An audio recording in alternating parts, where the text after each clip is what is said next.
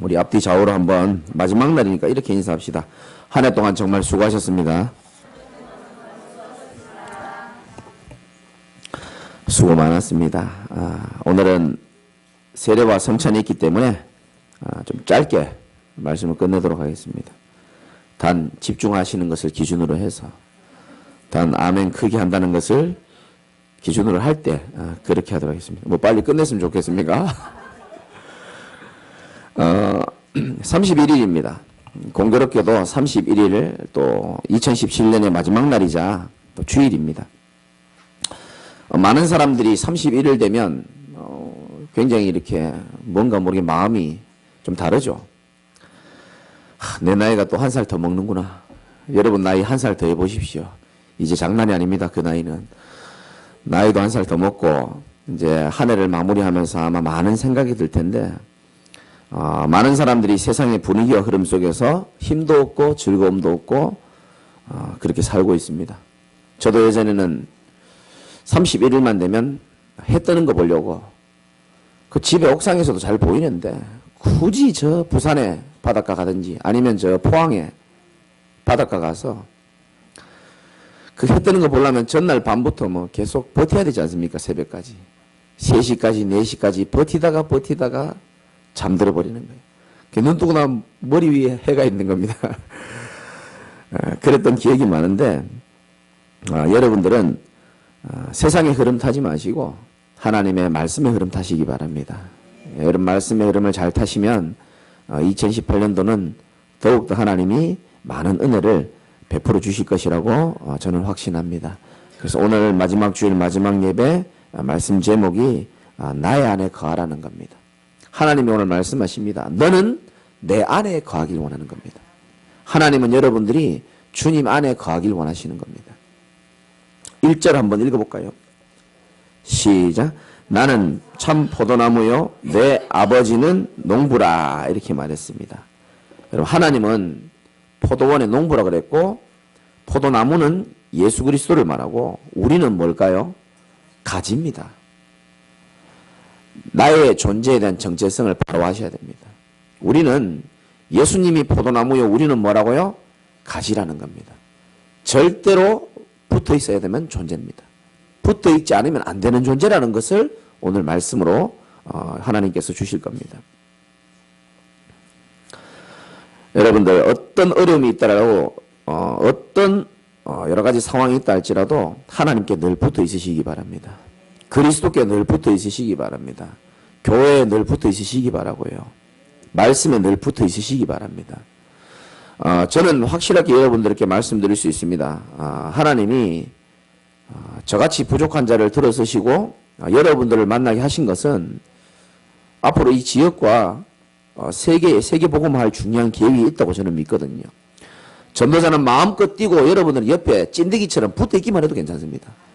저는 날아다니고 여러분 찐득이처럼 붙어 있으시기 바랍니다. 그럼 같이 날 수 있는 겁니다.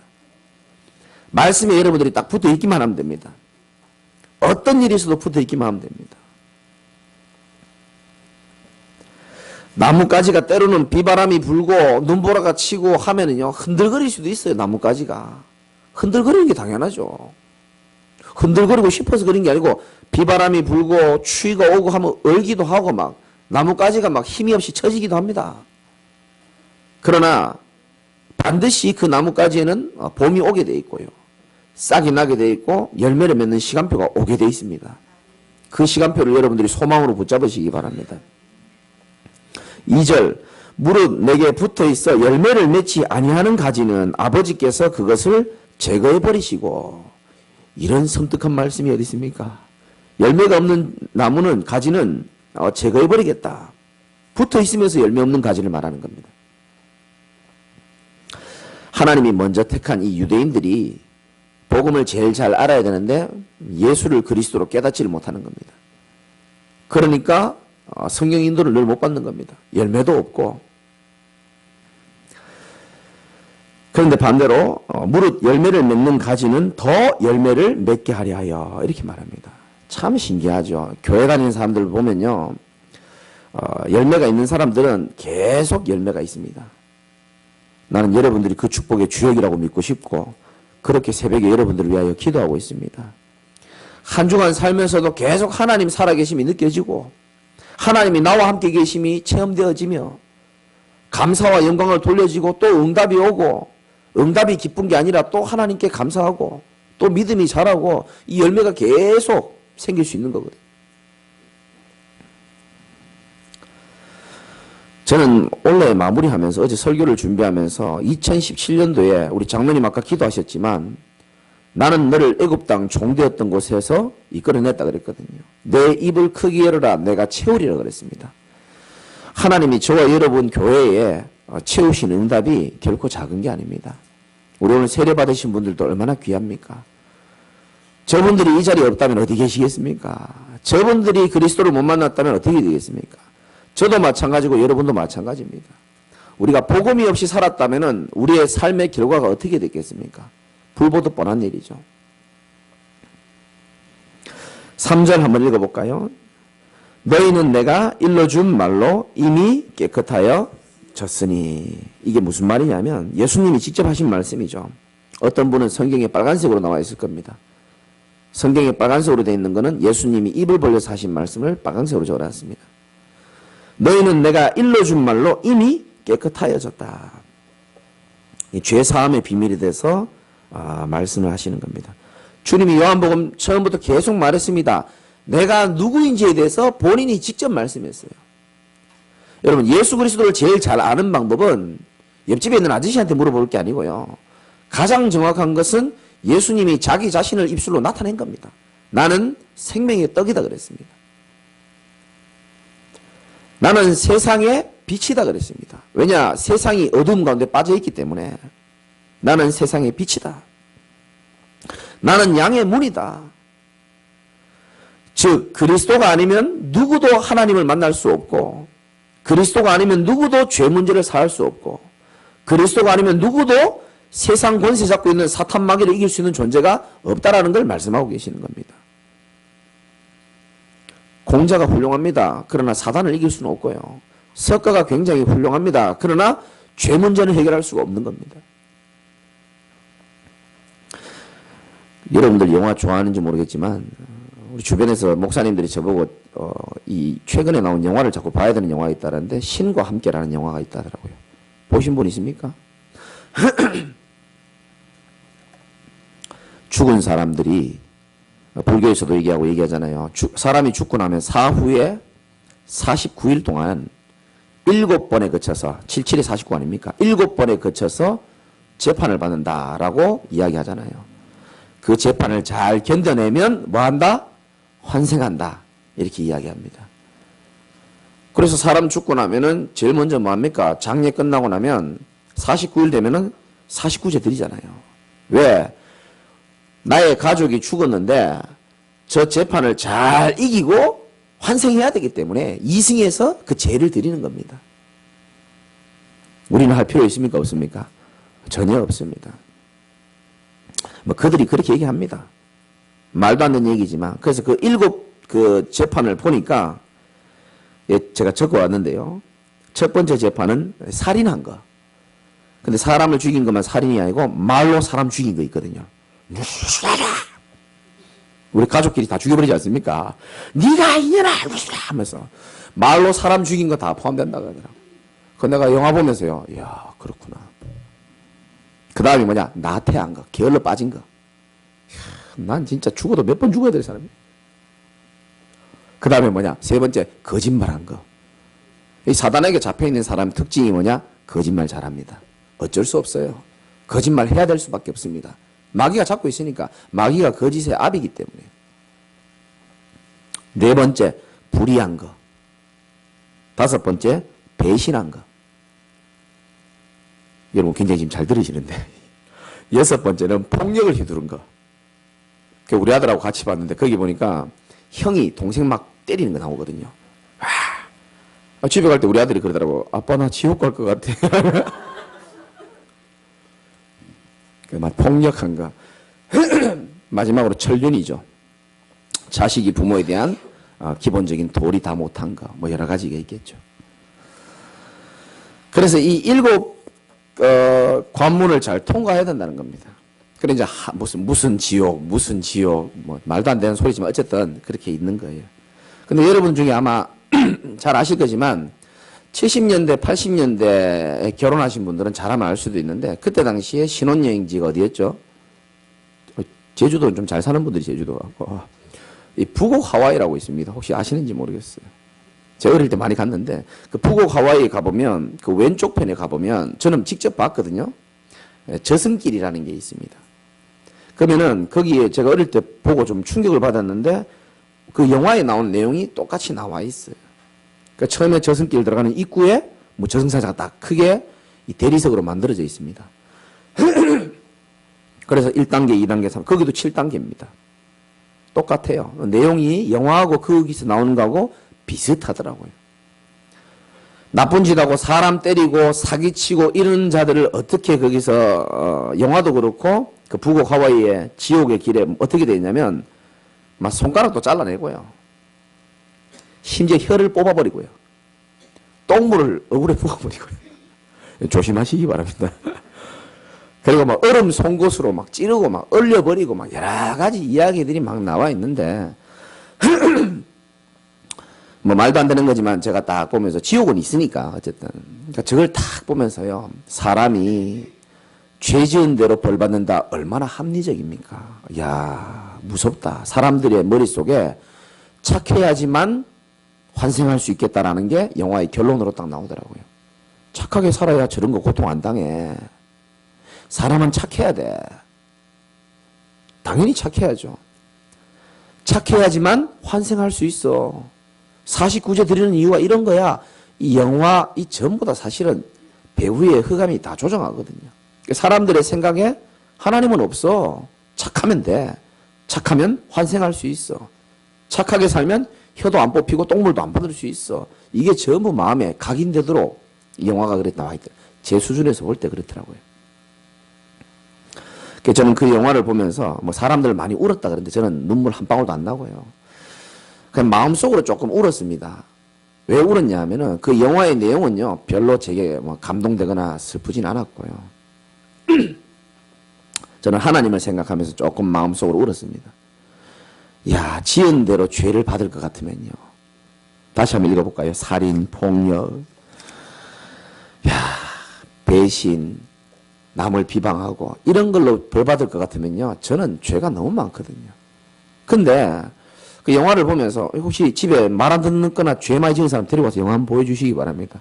많이 변화된다 그러더라고요. 진리는 아니지만. 그걸 딱 보면서 제가 마음속으로 왜 울었냐 하면 그래 내가 죄 지은 대로 내가 벌을 받으면 영원한 지옥불에 나도 모르게 들어가야 되는데 잠시 있는 것도 아니고 영원히 저 지옥불에 살아야 되는데 나는 참 너무 감사한 게 예수 그리스도께서 그의 피로 말미암아 죽으심으로 말미암아 나의 죄를 다 씻어주셨구나. 그게 내가 너무 감사한 거예요. 그 영화를 보면서 그래 내가 저 죄를 그대로 다 담당하고 내가 죄의 대가를 내가 그대로 다 덮어 써야 되는데 불신자는 죽었다 깨어나도 이해할 수 없겠죠. 그리스도께서 저와 여러분들의 죄를 위하여 십자가에 피 흘려 죽으심으로 인하여 저와 여러분들의 모든 죄를 사하여 주신 줄 믿으시기 바랍니다. 내가 일러준 말로 이미 깨끗하여졌나니 이렇게 말합니다. 너무 감사하더라고요. 참 영화를 보면서 씁쓸한 것은 지금 청소년들 청년들이 아무 생각 없이 사단이 만들어 놓은 문화 속에서 다 살아가거든요. 스마트폰, 영화, 음악, 뭐 미술, 뮤지컬 싹 다 하나님 없는 게 다 들어가 있어요. 사람들은 모르죠. 다 들어가 있습니다. 영화 보고 나거나 음악 듣고 나면 전부 다 나에게 빠지게 돼 있습니다. 나라는 존재에 빠지게 돼 있습니다. 결국 하나님은 인정하지 않도록 다 만들어져 있거든요. 참 그런 세상의 문화 가운데 우리 오늘 젊은 분들 많이 오셨는데 이분들이 연말에 이 자리에 앉아 계신 것은 복 중에 복인 줄 믿으시기 바랍니다. 저는 나중에요 이 복음적인 영화 한 편 좀 만들었으면 좋겠어요. 왜 아멘 안 합니까? 맨날 그런 귀신 같은 것만 만들었으면 좋겠습니까? 복음적인 영화를 하나 만들어가지고 정말로 세상에 사람들이 살아가는 모습들을요 영화로 쫙 좀 만들고요. 그 세상 속에서 행복을 찾아보려고 한 사람이 방황하고 타락하고 진리를 찾아서 헤매고 그러다가 수고하고 무거운 짐을 지고 살다가 해답 없이 죽으려고 하다가 그리스도를 만나가지고 정말 세상의 빛이요 생명의 떡이라는 사실을 증거하는 영화가 좀 나왔으면 좋겠습니다. 그 주인공은 저 박경태 같은 친구 시키고요. 예? 딱 해가지고 잘할 거거든요. 복음 만나가지고 너무 감사하고. 그 조현주 집사님도 좀 출연하고요. 몇 번 출연해가지고. 여러분들이 복음 만난 거 감사하시기 바랍니다. 하나님께 붙어 있는 거 감사하시기 바랍니다. 이게 얼마나 큰 축복인지를 몰라요. 여러분 잘 모를 거예요. 제가 가끔 얘기하잖아요. 여러분들이 그냥 교회 오면 교회가 좋다, 뭐 성도들이 좋고 뭐 좋다 잘 못 느낄 겁니다. 그런데 한번 다른 데 한번 가보라니까요. 가보고 나면 느낍니다. 저도요, 우리 교회 딱 보다가요, 다른 교회를 몇 교회 가보면요, 우리 교회가 참 예쁜 거구나. 우리 장로님과 우리 성도님들이 너무 귀한 분이구나. 원래 느끼지만 더 많이 느껴지거든요. 여러분들이 그냥 살면 복음이 중요한지 잘 모르지만 저처럼 현장을 다녀보면요, 모든 사람들 하나님 떠나서 전부 다 방황하고 있어요. 돈이 많든 적든 상관없습니다. 명예를 가졌든 성공을 했든 상관없습니다. 하나님 떠난 영적 문제 속에서 고통받고 있는데 답도 모르고 이유도 모르고 인생이 어디에서 왔다가 어디로 가는지 모르고 왜 살아야 되는지도 모르고 목적과 방향을 상실한 채 오직 눈에 보이는 소유와 성취를 따라서 행복의 기준으로 삼다가 그 행복의 기준이 어느 날 깨지고 무너질 때에 자기도 어떻게 할 수 없는 영적 문제 때문에 죽음을 갈 수밖에 없는 그런 인생들을 계속 보면 내가 만난 그리스도, 정말로 내가 이 복음을 알았다. 진짜 하나님의 은혜를 받은 것을 여러분들 깨닫게 될 겁니다. 4절입니다. 내 안에 거하라. 나도 너희 안에 거하리라. 가지가 포도나무에 붙어 있지 아니하면 스스로 뭐를 맺을 수 없다? 열매를 맺을 수 없다 그랬습니다. 혹시 열매 없는 분들 계십니까? 2018년도에는 그리스도께 이왕 붙어 있는 거 확실하게 착 붙어 있으시기 바랍니다. 그게 답입니다. 제가 결론에도 말씀드리겠지만 확실하게 붙어 있는 게 답이에요. 하나님은 전능하십니다. 우리가 전능할 필요가 없습니다. 전능하신 하나님에게 착 붙어 있으면 되는 겁니다. 그게 답입니다. 5절 나는 포도나무여 너희는 가지라. 그가 내 안에 내가 그 안에 거하면 사람이 열매를 많이 맺나니. 여기서부터 참 중요하니까 같이 한번 읽어봅시다. 시작. 나를 떠나서는 너희가 아무것도 할 수 없습니다. 아멘. 당연하죠. 포도나무 가지가 포도나무를 떠나 있다? 아무것도 할 수 없는 게 당연합니다. 영양분도 못 받고 결국은 죽게 돼 있습니다. 포도나무 가지, 여러분 가지라 그랬는데 나무의 가지인데 가지가 떨어지잖아요. 당장 지나가는 사람들이 발로 밟아버립니다. 당장 밟아버립니다. 포도나무에 가지가 붙어 있다가 떨어지면 사람들이 밟죠. 사람들이 그걸 주워 모아다가 어떻게 합니까? 불에 그냥 집어넣어 버린다니까요. 오늘 말씀에 잘 나옵니다. 물고기가 물 떠나서 할 수 있는 게 있다고 생각합니까? 있어요. 입만 뻥끗. 이게 죽어가는 겁니다. 조용히 소리 없이 죽어가는 겁니다. 성도들이, 불신자들이 죽어가는 거요. 소리 없이 죽어갑니다. 조용히 입만 껌뻑껌뻑거리는 거 똑같아요. 물고기가 물 떠나서 살 수 없듯이 여러분은 하나님 떠나서 살 수 없습니다. 확실합니다. 어린아이가 엄마 품 떠나서 할 수 있는 게 있습니까? 없습니다. 6절에 한번 봅시다. 사람이 내 안에 거하지 아니하면 가지처럼 밖에 버려져 마르나니 사람들이 그것을 모아다가 불에 던져 사르느니라. 참 이걸 보면서 저는 옛날 생각나더라고요. 내가 주님 안에 거하지 않으니까요. 사람들이 그것을 모아다가 가지가 떨어진 가지들을 모아다가 불에 던져 사르잖아요. 옛날에 제 모습 보는 것 같아요. 이 성경을 보니까. 내가 그리스도 안에 딱 붙어 있으면 되는데 뭐 별로 뭐 매력을 모르겠더라고요. 예수님 믿는다 해도 뭐 내가 뭐 돈이 생기는 것도 아니고 예수님 믿고 예배 드린다고 해서 내가 뭐 좀 잘 되는 것 같지도 않고 말씀도 재미없고 교회 가도 사람들 재미없고 대화 잘 안 통하고 그래서 세상으로 나갔더니 어떻게 되느냐 꼭 요 모양처럼 되더라고요. 사람들이 그것을 모아다가 불에 던져 사라는다. 불신자들 축제하는데 저 땔감용으로 나를 쓰임받더라고요. 내가. 불신자들 축제하고 흥겨워 노는데 내가 거기 땔감이라. 그 분위기 살리기 위해서 내가 다 웃겨주고요. 무슨 말인지 아시겠습니까? 아니 불신자들 축제하는데 거기 내가 땔감용으로 쓰임받고 있더라니까요. 아니 그리스도의 제자가 돼가지고 세계복음을 해야 될 내가 불신자 땔감용, 불신자 경제 살려주고요. 무슨 말인지 알아들으시기 바랍니다. 이상하게 불신자 땔감용으로 내가 쓰임받고 있더라고요. 정신 번쩍 차리고 하나님이 거기서 끄집어내 주더라고요. 검게 걸려 다 탔지만은 새롭게 인생 시작된 줄 믿으시기 바랍니다. 여러분이 받아야 될 축복입니다. 이게. 제 아무리 가지가 화려해도요. 둥치에서 떨어져 나간 가지는 아무것도 아닌 겁니다. 아니 목사님 예수 안 믿고도 잘 사는 사람 많은데요. 물론 그렇죠. 하나님은 세상 방법을 무시하지 않기 때문에 열심히 한 사람에게 먹을 것도 주고 돈도 줍니다. 그러나 그들은 잘 모르는 거지만 하나님 떠나 있는 영적 문제는 언젠가는 오게 돼 있습니다. 오게 돼 있습니다.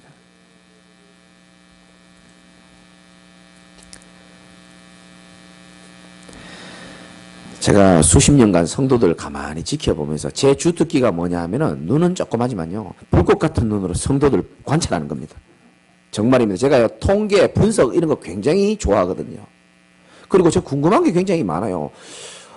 그래서 가만히 성도들을 가만히 지켜보니까 이 성경 말씀이 맞는 것이 마귀는요, 항상 사람을 넘어뜨릴 때에 제일 먼저 하는 짓거리가 있어요. 제일 먼저 뭡니까? 언약을 희미하게 만들어버린 겁니다. 말씀을 싹 빼앗아가요. 그래서 제가 자주 말씀드리죠. 여러분이 힘들고 괴로울 때 주의를 받은 말씀 생각 전혀 안 날 겁니다. 그게 영적인 논리 맞습니다. 내가 너무 힘들 때 말씀 생각 안 납니다. 창세기 3장이 그러잖아요. 3장 1절에 마귀가요, 이거 아담과 하와를 속이잖아요. 야, 진짜 그거 먹지 말라 하더냐? 이렇게 싹 속입니다. 하나님께 받은 언약이 희미해집니다. 말씀이 없이 희미하니까 내가 힘을 잃어버리는 겁니다. 힘을 잃어버리니까 창세기 3장 4절에 뭐랍니까? 마귀가 확실하게 메시지를 주잖아요. 네가 결코 죽지 않을 것이야. 확실하게 메시지 줍니다. 내가 말씀 없이 흔들리면 마귀가 확실하게 메시지를 준다니까요. 근데 그게 들려요. 그런갑다. 야, 교회 가지 말고 연말 아니냐. 내가 언제 너한테 자주 전화하더냐. 딱 그게 확실히 꼽혀버리는 겁니다. 이해되십니까?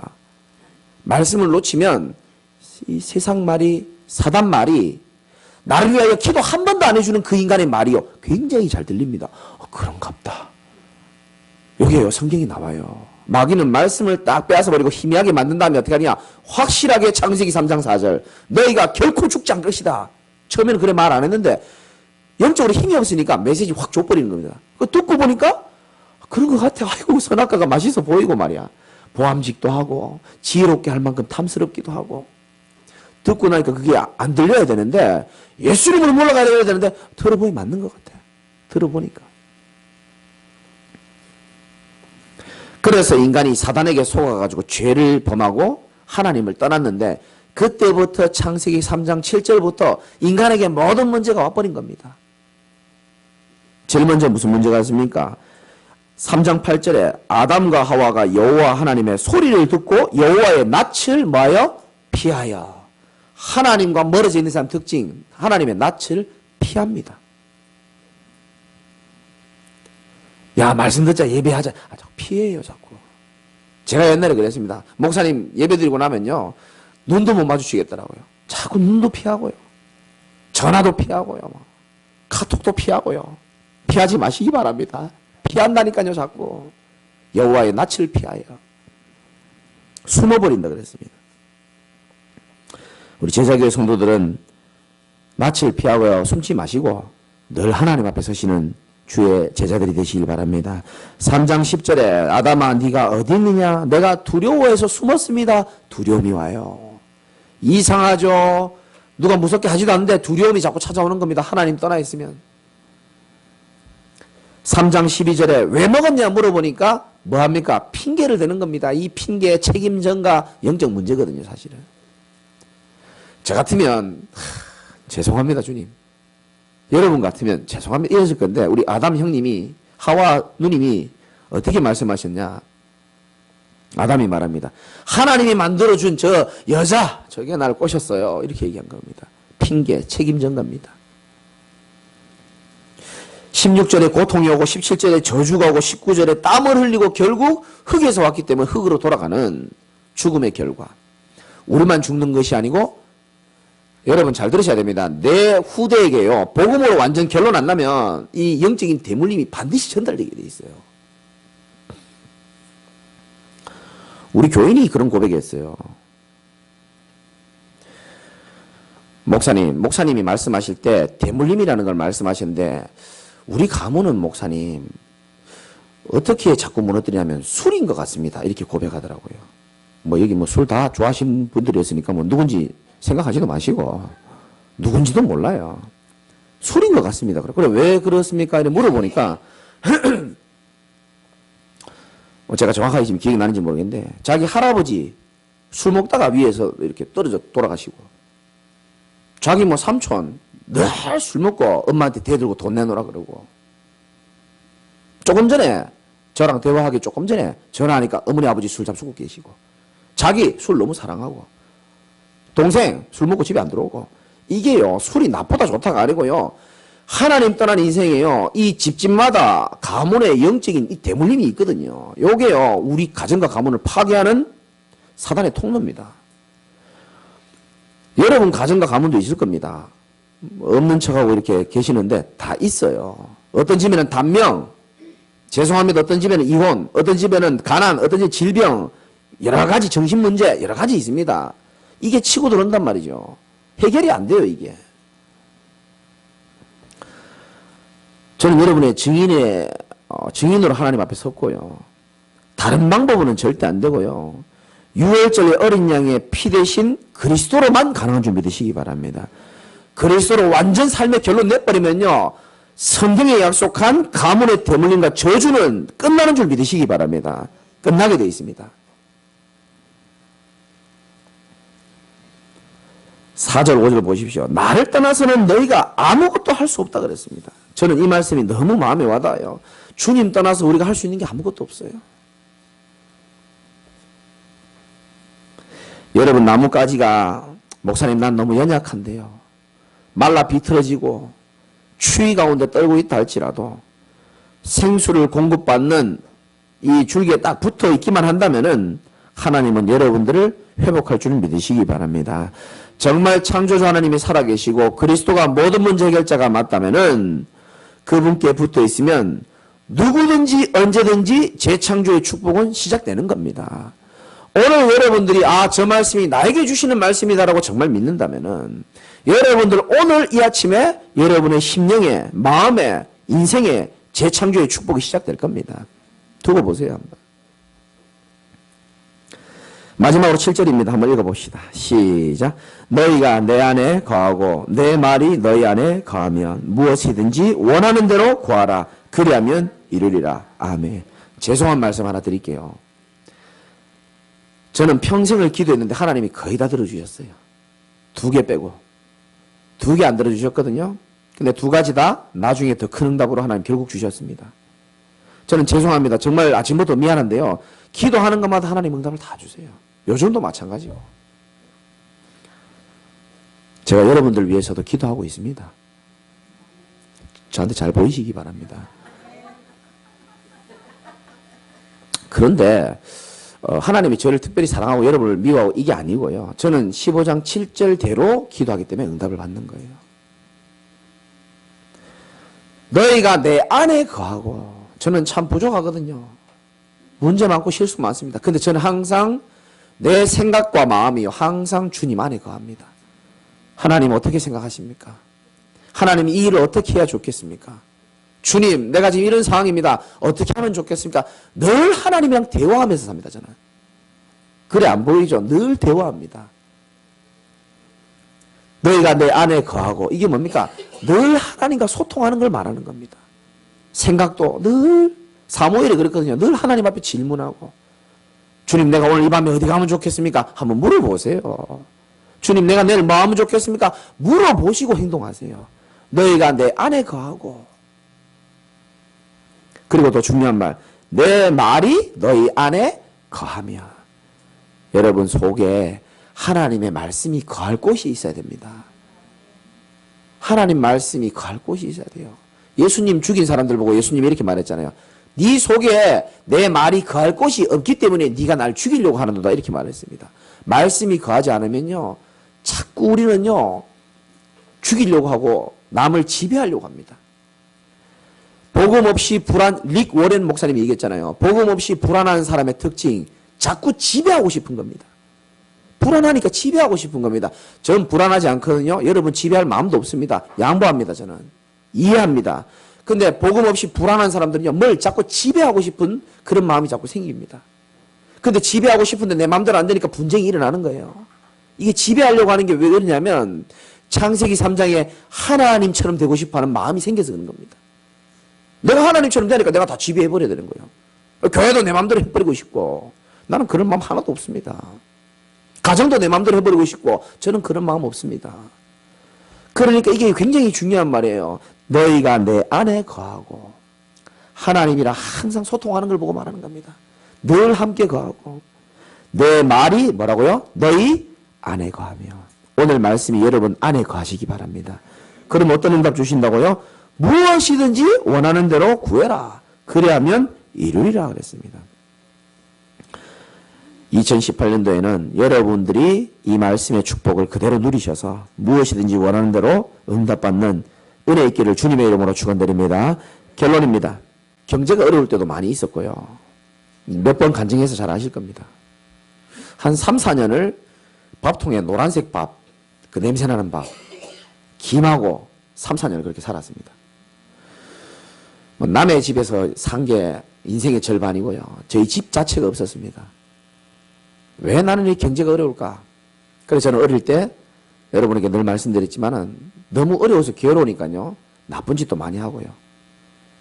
슈퍼에 2,000원 들고 갔는데 나올 때는 3만 원어치 가져 나오고요. 목사님도 저랬으니까 나도 좀 도둑질해도 되겠구나 그러지 말고, 너무 어려워가지고요, 뭐 아무도 뭐 주위에서 도와주는 사람도 없고, 우리 저 최미아 권사 어머니 집에 가가지고 우리 이모한테 아직도 고백 못했는데, 그 최미아 권사 집이 슈퍼였단 말이죠. 근데 이모가요 자꾸 돈통을 그 옛날에 그 돌려가지고 퉁 열리는 게 있어요. 500원짜리 가득 있고, 그걸 보는데 내가 막 기쁨을 이기지 못하겠는 거예요. 저건 내 돈이 아니다 이래 되는데, 돈만 보면요 저거 다 내 거다. 야, 딱 오늘 장사 참 잘 됐네. 내가 막 기쁜 겁니다. 이모님 죄송하고요. 있는 대로 막 다 챙겨가지고요. 제가 이모님 천국 가기 전에 제가 그거 다 갚으려고 지금 마음 먹고 있습니다. 뭔 얘기가 들어간지 모르겠는데, 이 경제가 없으니까 너무 미치겠는 거예요. 이 돈 없으니까 제 자존심이 세거든요. 돈은 없지 자존심은 세지. 막 미치겠더라고요, 내가.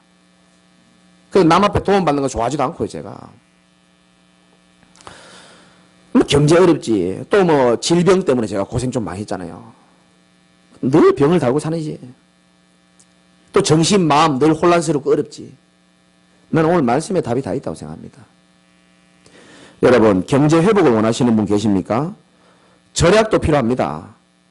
경제 규모도 필요합니다. 저축도 필요합니다. 경제 공부도 필요합니다. 저는 여러분에게 확실히 말할 수 있습니다. 주님 앞에 확실히 붙어 있으면 하나님이 회복 시작하게 되어 있습니다. 확실하게 붙어 있으세요.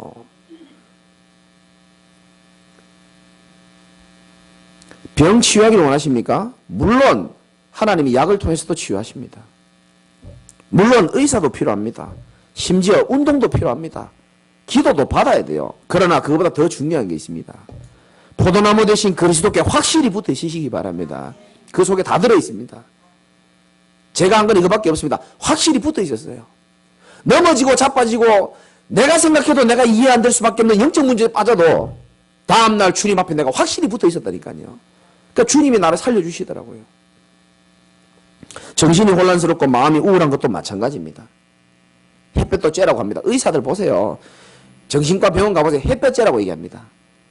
그럼 햇볕 쬐다 보면 실질적으로 우리 몸에 필요한 요소들이 살아나면서 회복되는 거 있어요. 약도 먹으라 그럽니다. 재미있는 것도 많이 보라 그럽니다. 그래서 옛날에 찰리 채플린이 그랬잖아요. 자기 코미디언 아닙니까? 자기 우울증이 너무 와가지고 자기 변장해가지고 병원에 가서 상담받았잖아요. 자기 너무 우울하다 그러니까 그 의사가 하는 말이 너무 우울하면 찰리 채플린 그 프로 좀 보라고. 그래 얘기했다니까요. 내가 찰리 채플린인데. 남들 앞에는 웃기지만 속에 뒤에서 밀려오는 우울증. 그것도 저는 마찬가지라고 생각합니다. 하나님과 관계 회복하면 회복되어지는 병입니다. 정말입니다. 혹시 우울한 분들 오늘 말씀이 여러분에게 영원한 답이 되어져서 포도나무에 확실히 붙어 있으시기 바라고요. 원래 여러분이 붙어 있었기 때문에 오늘 이 자리에 앉아 계시는 겁니다. 내년도에도 마찬가지입니다. 더 붙어 있으시기 바랍니다. 저는 여러분에게 다른 거 강조 잘 하지 않지 않습니까? 제가 뭐 헌금 얘기를 합니까? 안 하잖아요. 뭐 그래서 헌금이 많이 안 들어온답니다. 안 들어오긴 하지만은 중요하지 않아요. 제가 왜 얘기 안 하는지 압니까? 내가 강조해서 하는 헌금은 헌금 아니에요. 목사가 물론 가르칠 필요는 있습니다. 제가 강조해서 하는 헌금은요, 하나님도 기쁘게 안 받습니다. 그리고 제 믿음입니다. 여러분이 10원도 헌금 안 해도요, 하나님이 제자교회를 세운 이유가 있기 때문에 전도운동에 필요한 만큼 하나님이 채우실 것이다. 그게 제 믿음입니다. 꼭 기억하시기 바랍니다. 내년에도 다른 거 부탁하지 않습니다. 포도나무에 꼭 붙어 있으시기 바랍니다. 제자교회에 꼭 붙어 있으시기 바라고요. 말씀에 꼭 붙어 있으시기 바랍니다. 여러분의 미래 걱정 안 해도 됩니다. 그건 제가 증인입니다. 붙어 있다면 포도나무이신 예수 그리스도께서 여러분 인생을 책임질 줄 믿으시기 바랍니다. 기도하겠습니다.